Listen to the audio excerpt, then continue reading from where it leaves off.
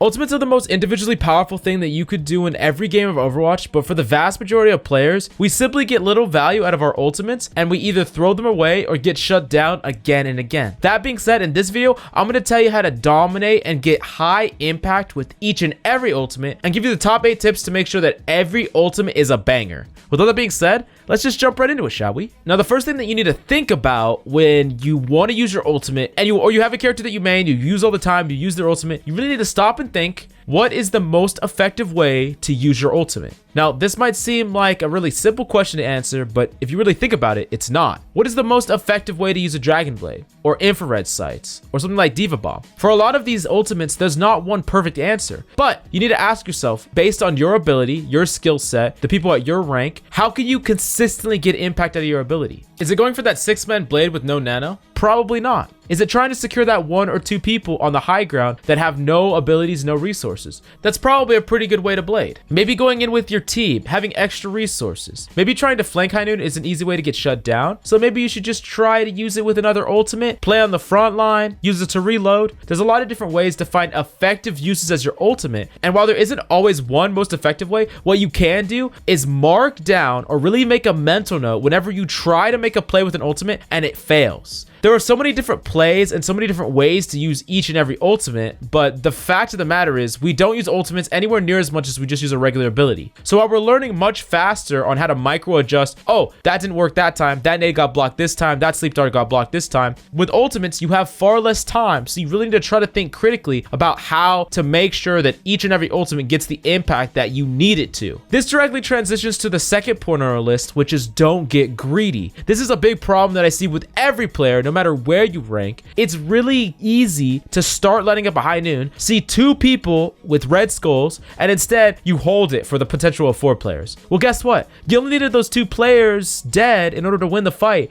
but you were so greedy that you wanted to kill everybody. You wanted that potential and you wanted that play of the game, and it really cost you. Getting greedy when you have to. When it's OT, you have to clutch. That's fine. But for the majority of the time, people are greedy when they have no reason to be. Just lock in the guaranteed value and you will have more impactful ultimates across the board. You don't need to always get the 6-man graviton. Sometimes grabbing the 2 people that are on your flank, trying to put pressure into your backline, grabbing those 2 people, getting the kill, you get to go in as a 6v4. That's a fight win right there. You don't need to be overly greedy to make sure you win the team fight. Getting greedy when you don't have to be is the best way to not have any impact and not dominate with your ultimates. Now let's move on to tip number 3, and this is fully learn your ultimate mechanics. This is something that I find a lot of people just simply don't do. Every single ultimate has mechanics and specific things that it interacts with the environment, with other players. That's really important. A Reinhardt's Earthshatter, for example, can climb up surfaces like stairs. Genji's can reflect animation cancel dash. And with damage amplification like an Orisa Bongo, Mercy, damage boost, or Nano Blade, he can slash dash 250 HP heroes and kill them instantly. There's even more complex things like when you use a Diva Bomb, you can slide it off of surfaces, or if it's close to an edge, you can actually push it off an edge and it can fall. If you play any character, definitely take yourself back and look at all the ultimate mechanics that go along with your hero. Each and every ultimate has specific nuances that make it interact in whatever ways. You never want to be in a scenario where you don't understand how something happened. You don't want to be ignorant to how your ultimate works, and you want to know every single aspect of each and every ultimate that you want to use on a consistent basis. Now, sometimes finding information or learning how to master your ultimates is very difficult, but if you want to get the leg up on your competition, definitely come check out GameLeap.com. We have in-depth ultimate guides and advanced concepts that will definitely help you master ultimates instantly. Now, moving on to tip number 4, this is practice ultimates specifically. I talked about learning the ultimate mechanics and all these factors, but what you need to start doing is take time out of your practice, take time out of your mechanical practice, your gameplay, to specifically practice your ultimate. That means going into a bot training room and practicing your nano blades. That means practicing your pulse bombs on Tracer. That means practicing Diva bomb spots on certain maps.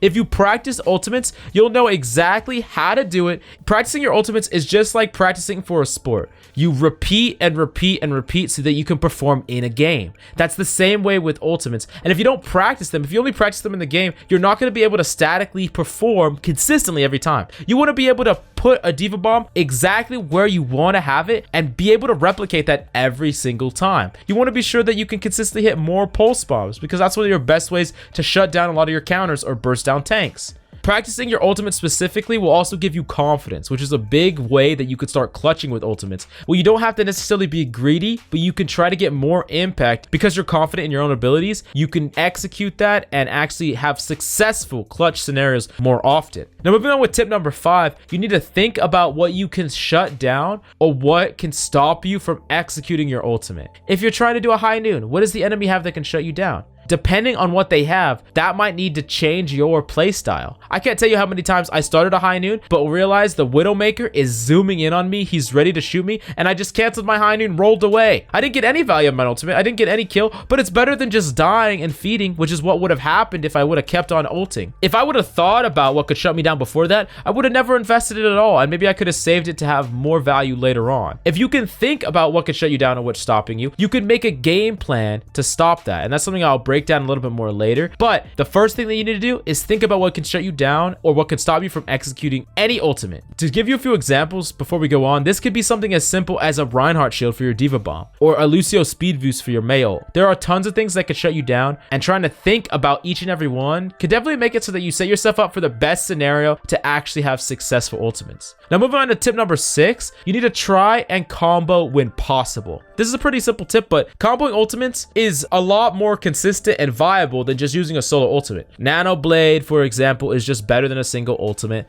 EMP Bomb, EMP Shatter, Grav Dragon. Comboing ultimates just bring forth more value, and if you do that more often, it can definitely bring you more guaranteed picks, more guaranteed fight wins. And I know that not every person in your ranked game is going to want to combo with you, and that's fine. You can do all the other stuff that I talk about in this guide by yourself, but if you can combo, try to do it as much as possible. And honestly, it's so powerful to combo ultimates that just getting a duo partner and trying to combo with them as much as you possibly can is more than often worth it in itself. Now, moving on to tip number 7, sometimes don't even ult. Sometimes you need to hold your ult back, and it's better to save it for the next fight or the next scenario. If you could identify all these things, like this could shut me down, I don't have anything to combo here, if I use my ultimate it'll be greedy, sometimes you don't need to ult at all, and it's better to wait. And also you need to identify when sometimes you need picks or sometimes you need wipes. For example, 2 CP, let's say something like Sky Industry on second point. If you're the attacker, you have a huge spawn disadvantage. What you need here is a wipe. You need to wipe the whole enemy off the point so that you can actually secure ticks. That means if your main tank is dead, one of your supports is dead, you probably shouldn't ult no matter what, because you're not going to completely wipe. You're not going to be able to have enough sustain to take that point. Now, even if you lost 2 people on defense, at all costs, you need to start getting picks to stop them from capping, to potentially draw it out so that y'all can stagger the point and maybe win the team fight. That means that you need to use your ultimate to get picks. You need to try to get that value. You need to cut off that sustain. You need to solo ult that Ana. That is a scenario where you do need to ult, and identifying when's an example of you not ulting, when is an example where you need to ult. That is really important for you to identify.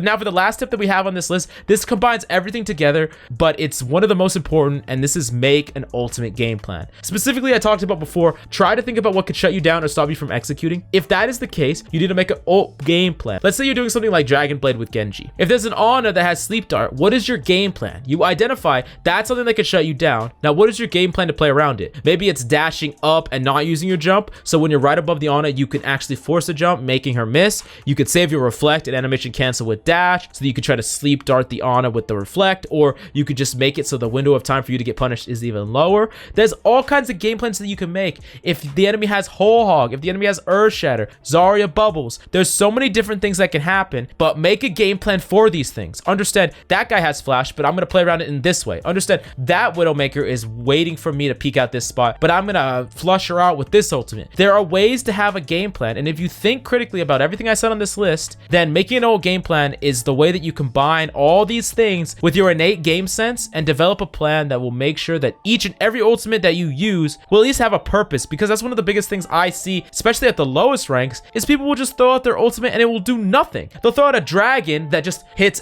completely no one. They'll throw out a grav that maybe even miss. They'll throw out a high noon that they have to cancel like I did. They'll throw out widow walls and the enemy could just wait and spawn for the seconds that it lasts. Try and think about what your ultimate is going to do. Try to think about what the enemy is going to do when you use your ultimate, and develop a game plan to still find value anyways. Now, I know this is really easy for me to say, but it's even better if you actually see examples. Now, if you really want to see examples of ways that people find impact with ultimates no matter what the situation, definitely come check out GameLeap.com. We have in-depth Grandmaster VOD reviews that can show you from first-person POV exactly what you need to do to have impact with ultimates, and it can really break down their thought process, what they're thinking of in each and every scenario when they're using their ultimate, and that can help you become a better player, far better than me just telling you all these things. Anyways, any questions, please leave them in the comments down below. Also, if there's any video ideas that you want to see, please let me know. If you like these videos and want to support the channel, please smash that like button. It really helps us out and we really appreciate it. That's all I have for you today. I'm Coach Mills, and until next time.